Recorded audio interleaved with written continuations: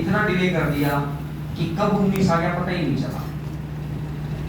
SSC इस बात को सुधारने का प्रयास करिए, लेकिन अगर 2024 ऐसा नहीं कि आज ही आ जाएगा, टाइम है अभी 6-7-8 महीने का समय है।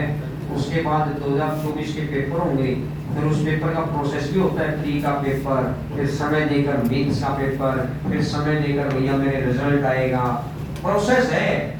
और 12 महीने वो 6 महीने, ये 18 महीने के बाद अभी ये पता चला कि हम तो फेल हो गए। तो इसका मतलब हमारे 18 महीने नहीं खराब हुए, पूरी परिवार की जिंदगी दांव पे लगती है। हमें समझ नहीं आ रहा कि तुम बात करते क्या। अगर तुम्हारे पास इतनी बातें हैं तो फिर ज्ञान इतना ज्यादा है कि तुमको शायद एसएससी की जरूरत ही नहीं है। और अगर एसएससी की जरूरत है, अब देखो इतने छोटे छोटे बच्चे तैयारी करते हैं यार, इतने छोटे छोटे बच्चे तैयारी करने लग रहे हैं।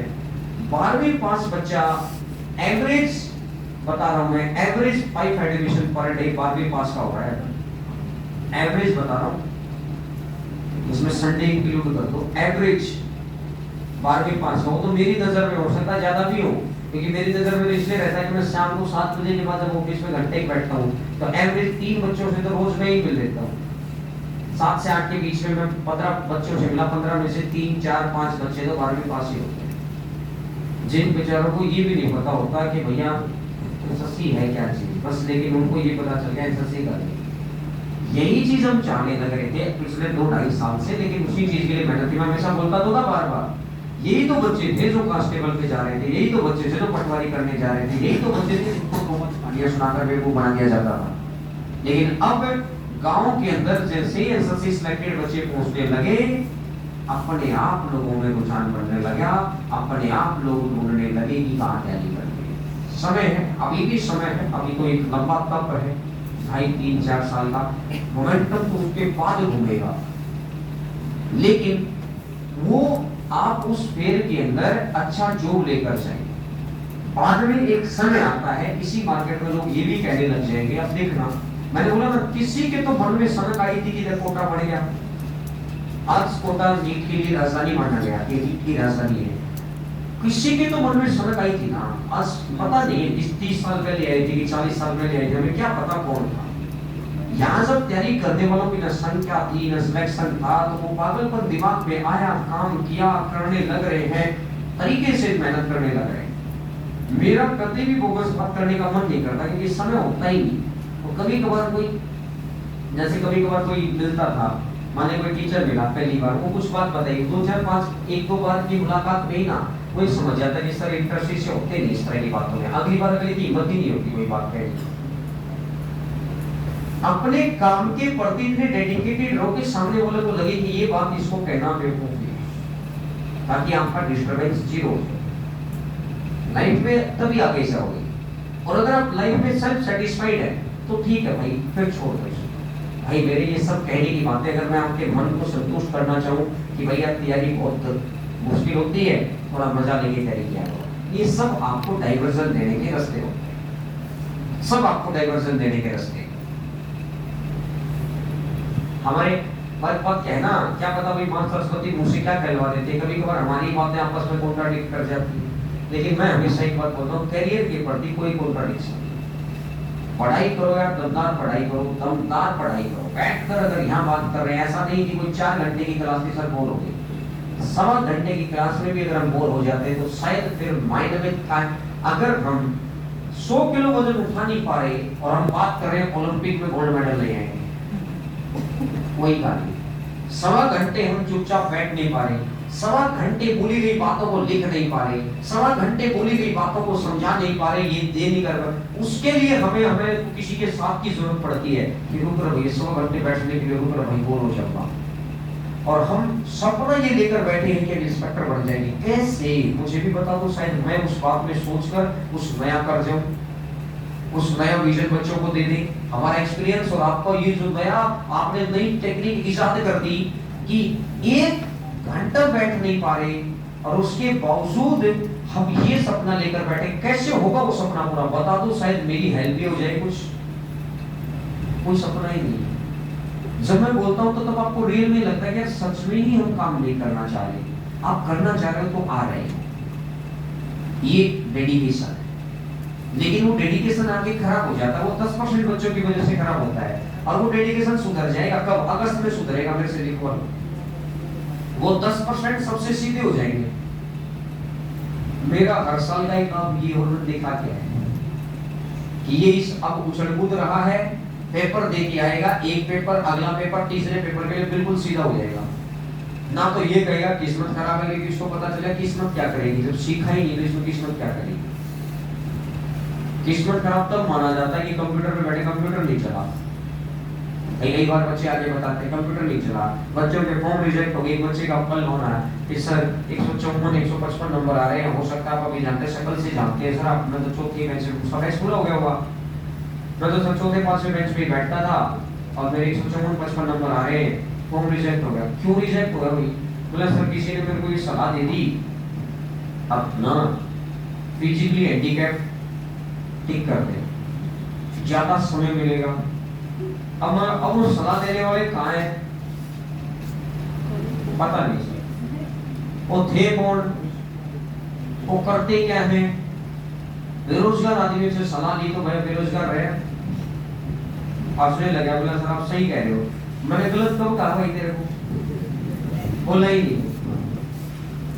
तो भाई मेरे, आपको जो चीज यहाँ से हम बताने लग रहे हैं, आपको जो चीज करवा रहे हैं, कोशिश करो कि आप पढ़ रहे हैं, आपका रिजल्ट निकले, ये हमारी मानसिक इच्छा में नहीं है, ये संकल्प शक्ति बन जाए। इच्छाएं किसी की पूरी नहीं होगी। अगर ये इच्छा है कि जॉब लग जाएगी तो इच्छा नहीं पूरी होगी, क्योंकि इच्छा के प्रति इंसान जॉब पे नहीं हो सकता। इच्छा है आप 1 करोड़ रुपया कमा लो, भगवान का फेर भी चाहिए, हाँ देखेंगे भैया, इच्छा नहीं भैया, संकल्प शक्ति है कि कमाना ही कमाना है भाई। घर वालों की संकल्प शक्ति है कि बच्चे को 5,000 भेजना ही है, उनकी इच्छा है कि अगले महीने 5,000 भेजेंगे, 1 तारीख को कह देना ये भाई पैसा, क्या बीतेगी रे तुम्हारे ऊपर, और क्या बीतेगी उस माँ बाप के ऊपर, क्या बिगड़ेगा यहाँ की पीजी वालों का, क्या बिगड़ेगा यहाँ के रूम रेंट वालों का, बताओ मुझे।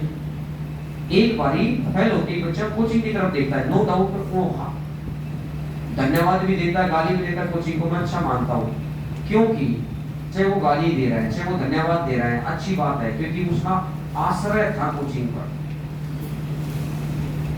और जिस कोचिंग के व्यवस्था में 20% खर्चा आता है, 80% तो अदर फंड खर्चे, रहने के खर्चे, आने जाने के खर्चे, तो उस ऑटो वाले की क्या गलती है भैया जो तुम नहीं पढ़ रहे हो।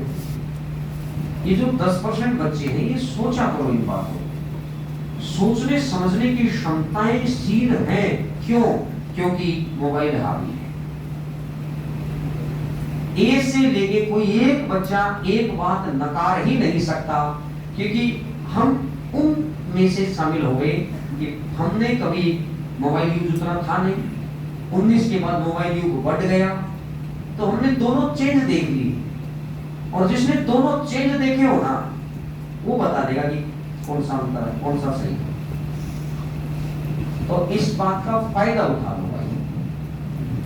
इसीलिए हम आपको पता ही नहीं है कि लाइफ माइंड के इतने विचारों को मैं यहाँ रोज खड़ा होकर तुम्हें ये समझाऊं कि क्या करना चाहिए लाइफ में, क्या करना चाहिए, मोटिवेट कैसा करना चाहिए। तेल लेने गया मोटिवेशन, कल को जो नौकरी हाथ में है तो सब कुछ है, मोटिवेशन भी है। सुबह उठते नौकरी है नहीं, सुबह उठते ये सोचना पड़ेगा कि क्या करें, घर वाले क्या करें, कि भाई सुबह उठ के करेगा क्या। बेरोजगार की सबसे बड़ी टेंशन यही है, सुबह उठकर ये उसे सोचना पड़ता है करूं तो करूं क्या। फिर 8-9 बजे लेट उठेगा, फिर घर वाले कहेंगे तू लेट उठता हो तो करे क्या, वो जल्दी उठकर 5 बजे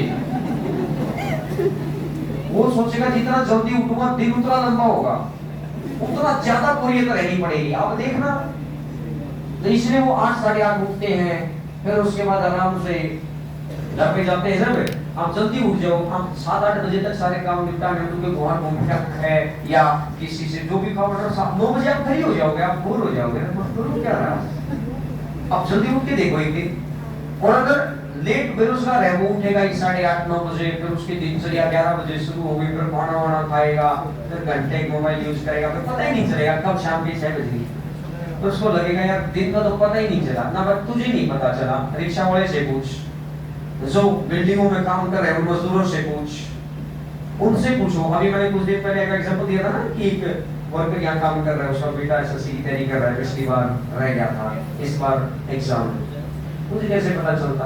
अब उनसे पूछो, उनको काम इसलिए करना पड़ रहा है कि उनका परिवार खाए पिए। भगवान ने हमको ऐसे घर में जन्म दिया, तो आपकी जिम्मेदारी है उस घर की जिम्मेदारियों को अच्छे से निभाना और बात को आगे बढ़ाना। आगे कब बढ़ेगा? जब फाइनेंशियल रूप से स्ट्रॉन्ग रहेंगे। तो ये पहली सीढ़ी है, पहली सीढ़ी है ये फाइनेंशियल रूप से स्ट्रॉन्ग होना। उसके बाद आपका दिमाग बढ़ेगा। आज आप सोच रहे हैं कि हम कुछ ना करें, बीज जैसा बोएंगे फल तो वैसा ही मिलेगा। हम बीज बो रहे हैं, घास फूस का फल चाहते हैं कि सेब हो जाएंगे, बस 3 महीने के बाद हो इनकम टैक्स वाले बाहर ही खड़े रहेंगे। 12 बजे उठ रहे भैया, आजा, और फिर लगेंगे देखना रहे। ये किस्मत है, ये किस्मत थोड़ी है भाई। किस्मत अगर हो सकता है लाखों आपकी ऐसी हो भी, मेरी तो दिली इच्छा यही है कि आपकी ऐसे भी किस्मत हो, क्योंकि फिर बाद में आपको आगे यही कहना है यहाँ पर मेहनत बहुत करनी पड़ती है, क्योंकि सच्चाई तो इसी बात में। तो इसीलिए भाई मेरे यहाँ बैठकर बात ना क्या करो, मेरी रिक्वेस्ट मान लो। आप आदेश तो मानते नहीं है, क्योंकि आदेश आप तो सर आपका क्या, हम अपने बापू का नहीं मानते आदेश, तो आप कतई ना मानो मेरा आदेश। आपसे रिक्वेस्ट मान लो, रिक्वेस्ट है, बोला ही मत करो। एक दूसरे की तरफ हाथ से, मतलब जब यहाँ से जाऊँ ना, एक दूसरे को बोल दो कि तू मेरा जानी दुश्मन है, लड़ाई कर दो आपस में, सिर नहीं फोड़ना है, लड़ाई। तो बस इतना सा कहानी है। अब एक क्वेश्चन और कर ही लेते हैं। चलो मैं 1-2 क्वेश्चन आपको घर से करने को दे ही देता हूं।